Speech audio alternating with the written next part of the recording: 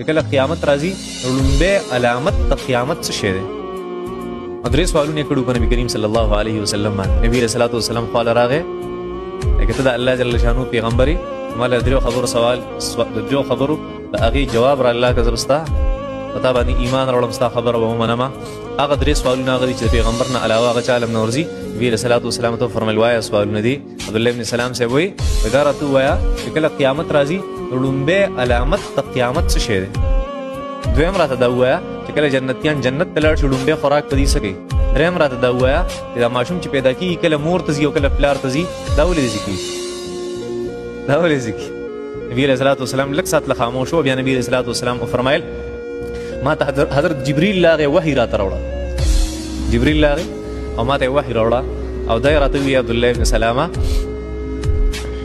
دا باغ عبد الله ابن سلام نو دا حسین نو مبساط سره حسین بیا د نبی رسول الله والسلام مبارک ولرستانو بدل عبد الله بن سلام.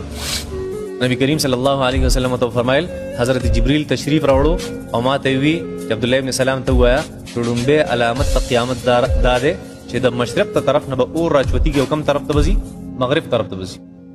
دویم